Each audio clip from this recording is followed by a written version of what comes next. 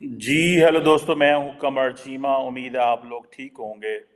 दोस्तों, कहा जा रहा है कि भारत जो है वो एक नेवल बेस बनाने जा रहा है। और ये जो नेवल बेस है टेक्निकली तो चाइना के खिलाफ है, लेकिन इसकी स्ट्रेटेजिक वैल्यू बहुत ज़्यादा है। अगर ये आप नक्शा देखें तो अगलिगा जो है एक रिमोट आइलैंड है जो कि मॉरिशस का हिस्सा है। और इस हवाले से पहले भी 2021 में भी इसके बारे में बहुत कुछ लिखा गया और बड़ी बात हुई। लेकिन कहा जाता है कि ये जो जगह है ये बड़ी स्ट्रेटेजिकली इम्पोर्टेंट है। और ये मोज़म्बिक चैनल जो है उसके करीब है। और एक बड़ा मैरीटाइम रूट है for commercial ships and oil tankers जो है उसके लिए। और इसमें काफ़ी ज़्यादा जो जिसे कहते हैं ना tanker traffic, global tanker traffic जो है वो बड़े पैमाने पे गुजरती है। कोई तकरीबन 30% जो दुनिया की टैंकर ट्रैफिक है वो वहाँ से गुजरती है। आप अगर सिर्फ इस मोज़म्बिक चैनल की बात करें तो ये कहा जाता है कि ये एक इंडियन ओशन जो है उसके बीच में और साउथ ईस्ट जो अफ्रीकन कंट्रीज़ हैं, मडागास्कर और मोज़म्बिक, जो उधर ये मौजूद है। कुछ 1700 किलोमीटर का ये चैनल है। और ये जो जिसे बोलते हैं ये जो मिलिट्री बेस इंडिया बनाने जा रहा है ये भी वहाँ पे मौजूद है। क्वेश्चन ये है कि इंडिया क्यों चाहता है ये बेस वहाँ पे, ऐसा क्या चाहिए इंडिया को। इससे पहले कहा गया था कि 2015 में एक एग्रीमेंट हुआ था मॉरिशस का। और वो जो एग्रीमेंट था कि इंडिया जो है वो एक एयर स्ट्रिप, जिसकी मैं आपको तस्वीर इधर दे रहा हूँ, ये बिल्ड करेगा। और क्योंकि ये जो अगलिगा है ये एक रिमोट एरिया है। और ये नॉर्मली बाकी जो मॉरिशस है उससे कटा हुआ है। और ये जो अब वहाँ पर जारी बात है बड़े पैमाने पे एयर और शिप कनेक्टिविटी की फैसिलिटीज़ बन रही हैं। इस हवाले से कुछ ऑस्ट्रेलियन जो रिसर्चर्स हैं उन्होंने काम किया। और वहाँ पे कि इंडिया जो है वो नेवल बेस बना रहा है। और इसमें आपको पता है इंडियंस बड़े स्मार्ट हैं इन ये जो सैटेलाइट इमेजरी है इसके हवाले से वो अक्सर शेयर करते रहते हैं। कहा जाता है कि ये तकरीबन 3 किलोमीटर की एयर स्ट्रिप है जो कि आइलैंड में बन रही है। और ये सिर्फ इसीलिए बन रही है ताकि ये फैसिलिटेट कर सके इंडियन फ्लीट को, भले वो मैरीटाइम के हवाले से हो या भले वो इंडिया की एयर पावर के हवाले से हो। अगर इसको देखें कि ये जो डेवलपमेंट्स हैं इंडिया के हवाले से, इंडिया दो तीन चीज़ों के लिए ये करना चाह रहा है। एक तो इंडिया के लिए मैरीटाइम सर्विलेंस इसके लिए बड़ी इंपॉर्टेंट है।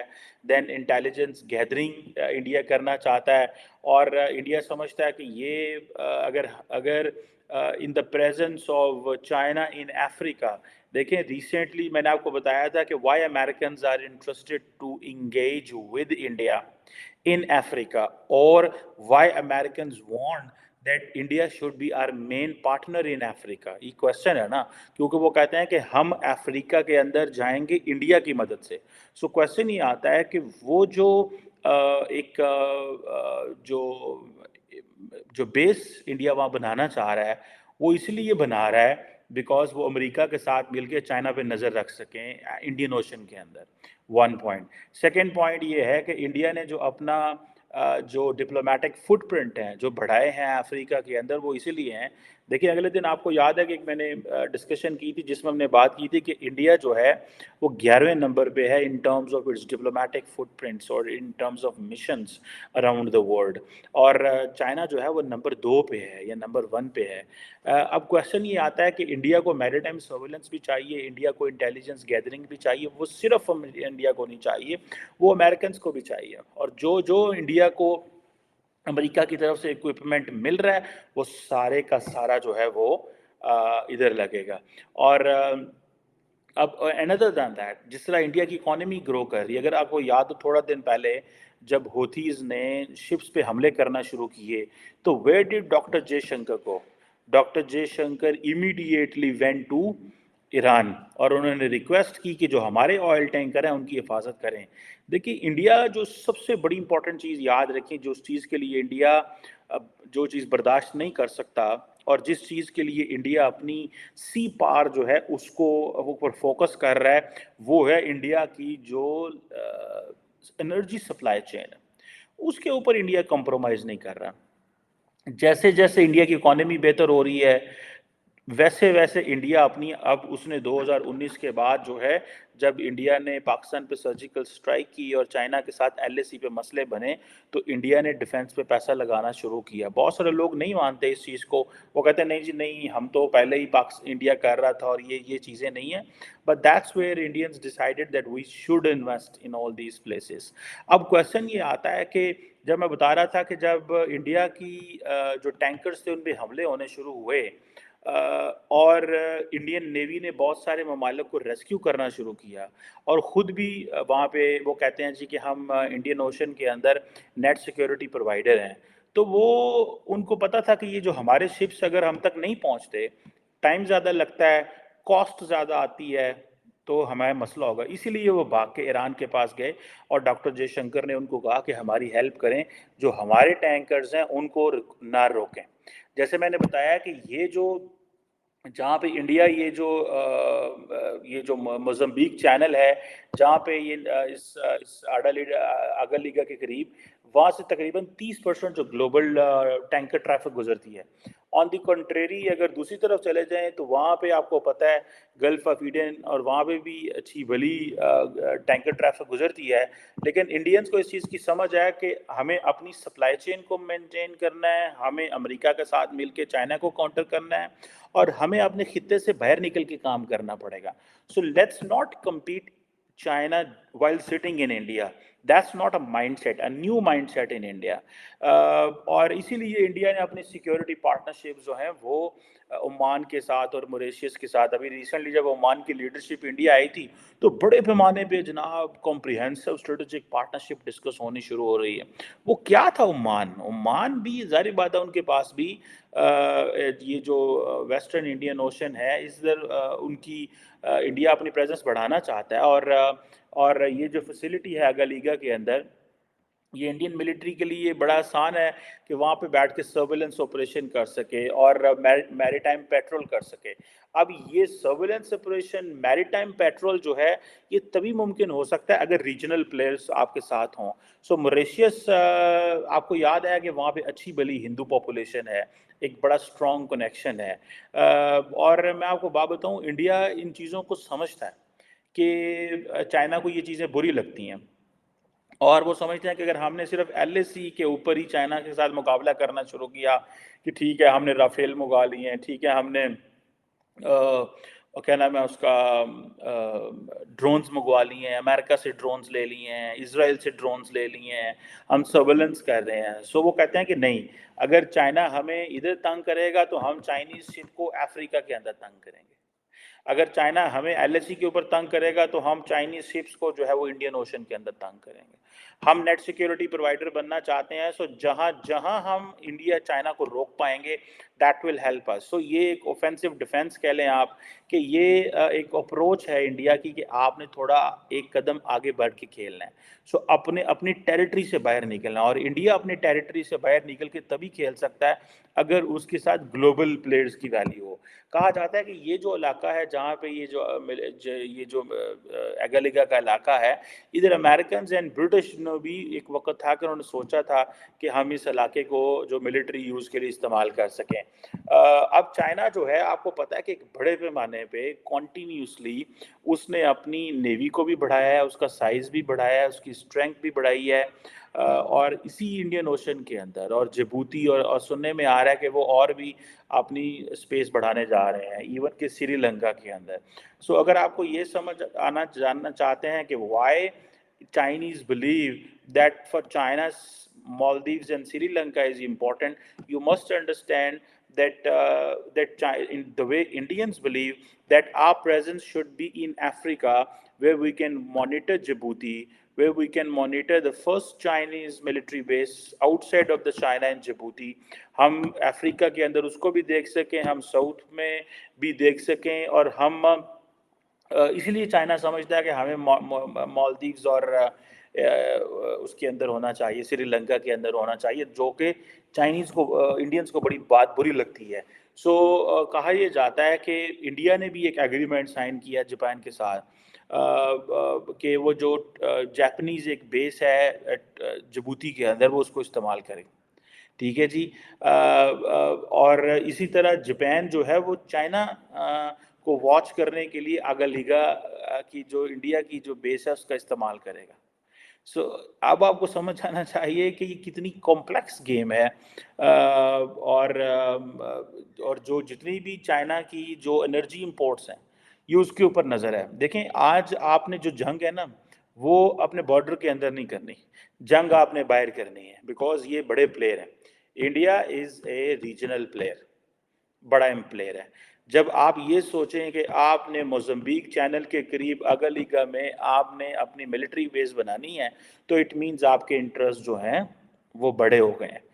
इंडिया ने ये अपने दिमाग में ये चीज़ फिट कर ली है कि हमने अपने आप को खित्ते से अपने मुल्क से बाहर निकल के अपने आप को प्रोटेक्ट करना है। यही वजह है कि इंडिया जापान के साथ एग्रीमेंट करता है कि हमें जो एक बेस है जिबूती में वहाँ पे हेल्प करें, और जापान जो है वो इंडिया के साथ करता है कि ठीक है आप हमें यहाँ पे दे दें। एंड देन ये वो मौके हैं जहाँ पे मैं समझता हूँ कि ये कॉन्टीन्यूसली इंडिया इंटरनेशनल कम्युनिटी में पर्टिकुलरली अमेरिका और बरतानिया के साथ अपने सिक्योरिटी पार्टनरशिप जब बढ़ाता है तो वो इसीलिए कि ताकि हम इस इलाके में अपनी जो टेक्नोलॉजिकल असिस्टेंस है वो ले सकें। और ये जो मॉरिशियस है इसने दुनिया के और मुल्कों को भी अपनी बेसिस दे रखी हैं, दी हुई थी माजी में भी। और इसमें आप देखें कि जो मॉरिशियस है उसके अमेरिका बरतानिया के साथ भी मसले मसाइल रहे हैं। और इसमें अगर आप देखें कि एक तरफ इंडियंस ये समझते हैं कि हमें चाइना के ख़िलाफ़ ओपनली बोलना नहीं चाहिए, लेकिन दूसरी तरफ वो ये कहते हैं कि हमें अपनी तैयारी मुकम्मल करना चाहिए। ठीक है जी। और यही वजह है कि अब नरेंद्र मोदी साहब जो हैं वो इन चीज़ों में आ गए हैं और वो अपनी आवाम को, इंडियन लोगों को वो ये पैगाम देना चाहते हैं कि देखें हम पे ट्रस्ट करें, हम बोलेंगे नहीं, हम करेंगे ज़्यादा। मुझे ये नरेंद्र मोदी की बात अच्छी लगती है, which is a very good strategy coming from a country like जो है वो इंडिया। क्या? Don't speak much, act more. Don't speak but act. बोलो मत, सिर्फ एक्ट करो। और यही वजह है कि इन चीज़ों से इंडियंस जो हैं वो कॉन्टीन्यूसली खुश होते हैं और वो समझते हैं कि ठीक है हमें जो है ना वो ज़्यादा वो करने की ज़रूरत नहीं है। हमें अपना काम करते रहें, हम दुनिया के साथ इंगेज करें, लेकिन हम कोई ऐसा काम ना करें जिससे अगला कोई अनॉय हो। लेकिन हम जो वो जिसे कहते हैं ना कॉन्टीन्यूसली जो वर्क करते रहें, अपनी जो एक्सेस और अपनी ग्रोथ बढ़ाते रहें, लेकिन कोई लड़ाइयाँ ना लड़ें, कोई बोले मत। जैसे वो समझते हैं कि चाइना के साथ बोलना नहीं, बस काम करना है, तैयारी करनी है, अपने आप को प्रिपेयर करना है, अपने आप को मिलिटरीली प्रिपेयर करना है, पॉलिटिकली प्रिपेयर करना है, देन टेक्नोलॉजिकली प्रिपेयर करना है, इंटरनेशनल जो कम्युनिटी के साथ ज़्यादा ताल्लुकात रखने हैं उस हवाले से प्रिपेयर करना है। सो आई थिंक दैट्स व्हाट यहाँ से आके जो इंडिया है उसको एक अच्छा भला एडवांटेज मिलता है बाकी ममालिक के ऊपर, कि जो लीडरशिप है इट्स एक्टिंग वेरी मैच्योर। बहुत जो जिसे कहते हैं ना बड़ा स्लोली मैच्योर अपने वो कर रही है, और रहना रहना खामोश है लेकिन करना ज़्यादा है। और चाइना के वाले से उनको पता है कि अगर आप बोलेंगे तो देन आपके लिए मसला होगा। लेकिन ऑन द कंट्रेरी अगर आप ये देखें कि अगर आप काम देखें तो काम में उन्होंने बांग्लादेश को भी पैसिफाई किया हुआ है। गो के बांग्लादेश में इस वक्त चाइना के हवाले से मसले मसाइल हैं। अभी रिसेंटली फॉर एग्जांपल एक कंपेन चली थी, इंडिया आउट कंपेन इन बांग्लादेश, जहाँ पे इंडियन बांग्लादेश की अपोजिशन कहती थी, लेकिन सम हो प्राइम मिनिस्टर मोदी ने बांग्लादेश की हुकूमत के साथ अच्छे ताल्लुकात रखे हुए हैं। ठीक है, उनकी लीडरशिप के साथ वो बड़ा इंगेज है। मालदीव्स के अंदर बेशक एंटी इंडिया कंपेन है, इंडिया आउट कंपेन है, लेकिन जो इंडिया ने कोर्स ऑफ डिप्लोमेसी के ज़रिए जो थ्रेटन किया कि भाई आपको जिसे बोलते हैं ना कि हम इकोनॉमिकली नुकसान पहुंचा सकते हैं। सो इंडिया ने वो किया। सो इंडिया इन चीज़ों में थोड़ा एक्टिवली रोल प्ले कर रहा है, this is what I consider. और वो लगे हुए हैं कि हमें यही चाहिए, रादर देन हम बड़ी बड़ी बातें करें। हमें थोड़ा थोड़ा चीज़ों को अपनी मर्जी में और अपनी फेवर में करने की ज़रूरत है। सो लेट्स सी, इस हवाले से ये एक बड़ी चीज़ है कि एक तरफ इंडिया जो है वो वेस्टर्न वर्ल्ड के साथ मिलके प्रॉपरली मिलिट्री टेक्नोलॉजी, सोफिस्टिकेटेड या state of the art weaponry हासिल करने की कोशिश कर रहा है, और दूसरी तरफ वो चाइना के साथ मिलके कारोबार भी कर रहा है, जिस चीज़ की पाकिस्तान को कभी समझ नहीं आई। हम शायद समझते हैं कि दुनिया जो है वो ब्लैक एंड वाइट है, इंडिया ग्रे में ऑपरेट करता है, India doesn't operate in black and white. ठीक है, उन्होंने इस चीज़ को समझ लिया है। देखें, वो पूरी तैयारी कर रहे हैं। वो एक चाइनीज़ मिलिट्री स्ट्रैटेजिस्ट होता था, सन त्सू, वो कहा करता था, इफ़ यू वांट, वो जिसे कहते हैं ना कि know yourself and know your enemy and then you can win 100 battles. So पहले अपने आप को देखें। सो नरेंद्र मोदी ने 2020 में, उनको पता था कि हमारी स्ट्रेंथ क्या है। So he didn't speak much, he didn't utter a single word, he didn't show that वो जो jingoism which India use to show to Pakistan, but to China this they are remain silent रह रहे हैं। So they don't go for a political rhetoric. So know yourself and know your enemy. So now India knew China, and now India, when India looked in itself, then they realized, oh हो, ये तो हमारे लिए बड़े मसले हैं, अभी तो हमें बड़ा काम करने वाला है। And that's where their उन्होंने फिर दोबारा अपने काम करने शुरू कर दिया, इंगेज करना शुरू कर दिया। मैं समझता हूँ ये उनकी अक्लमंदी थी कि हमें उन्होंने टक्कर नहीं मार दी। अगर वो टक्कर मारते तो देन उनके लिए बड़े मसले होने, मसाइल होने थे। इसीलिए इंडिया आज, लोग समझते हैं कि इंडिया आज अपने ऊपर काम कर रहा है, इंडिया स्ट्रेंथ बना रहा है, और चुप चुपीते इंटरनेशनल कम्युनिटी से मदद भी लिए जा रहा है और खामोश भी है। और जहाँ पे मौका आता है, मैं अगर वैसे डॉक्टर जयशंकर को देखूं एंड अगर उनको फॉलो करें, यू विल सी कि doctor Jaishankar asserts itself more to on west rather than to China.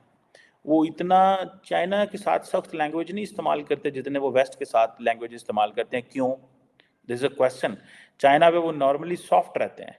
या फॉर एग्जांपल, अगर उन्होंने कोई बात करनी है जी कि हमें सिक्योरिटी काउंसिल का परमानेंट मेंबर क्यों नहीं बनना, तो वो कहेंगे there is a non western country. वो चाइना को कोई बुरा भला नहीं कहेंगे। लेकिन अगर अगर बात करनी हो उधर की, क्या नाम है उसका, यूरोप की, अमेरिका की, तो वो टफ लाइन लेंगे, कनाडा के ऊपर टफ लाइन लेंगे, बरतानिया के ऊपर टफ लाइन लेंगे। ये वो कॉन्टीन्यूसली ये चीज़ कर रहे हैं और इनको इस चीज़ का पता है कि ये हमें इसके क्या एडवांटेजेस डिसएडवांटेजेस हैं। सो वो चाइना के ऊपर टफ लाइन, सो चाइना के ऊपर इंडिया की स्ट्रैटेजी है कि अपने ऊपर काम करो, जिसे वो कहते हैं ना, अपने ऊपर काम करो। और वो काम आप तभी कर सकते हैं जब आप अपनी कमज़ोरियों पे ध्यान देंगे। उन्होंने अपनी कमज़ोरियों पे ध्यान दिया हुआ है और वो लगे हुए हैं, कॉन्टीन्यूसली लगे हुए हैं कि कहाँ कहाँ हमारी डिफेंस में कितनी कमज़ोरियाँ हैं, इकॉनमी में कितनी कमज़ोरियाँ हैं, रिसर्च एंड डेवलपमेंट में, उसमें जो इनोवेशन में हमें क्या करना है, कहाँ कहाँ पार्टनरशिप्स करनी है, बाकी चीज़ें कहाँ करनी है। जैसे कल हम अदानी के ऊपर बात कर रहे थे, that how Adani and private sector जो है वो पैसा डाल रहा है, और वो सारे का सारा पैसा किधर डाल रहे हैं, उनको इस चीज़ की समझ है। वो प्राइवेट सेक्टर में पैसा डालना चाहते हैं, वो प्राइवेट सेक्टर में पैसा डालना चाहते हैं ताकि प्राइवेट सेक्टर में वो प्राइवेट सेक्टर के ज़रिए पैसा डालना चाहते हैं ताकि प्राइवेट सेक्टर जो है उसको इंगेज करें। क्योंकि एक तो प्राइवेट सेक्टर की का फ़ायदा होता है, दूसरा आपको ये भी फ़ायदा मिल जाता है कि वो जो प्राइवेट सेक्टर है वो और 10 जगहों से पैसा बना रहा है, तो it should do something for the country in the defence side as well. So इसीलिए Ambani and Adani and all these जो हैं, they are into the private sector because they are making money and the government is giving so much, and they are making so much money in so many segments in sectors of जो different businesses में, कि government उन्हें कहती है ठीक है यहाँ पे अब हमारे लिए थोड़ा इन्वेस्ट कर दो, ताकि इससे हमारा एक ग्लोबल इमेज बनेगा और हमारे लिए ये ज़रूरी है। एनी हाउ, लेट्स सी, देखते हैं कि ये जो बेस है ये क्या है करती है और वाक़ई कामयाब होती है, ये तो जब वो कहते हैं ना कि जब खुले मैदान में जंग होगी, तभी पता चलेगा। लेकिन दे आर प्रिपेयरिंग देमसेल्व्स।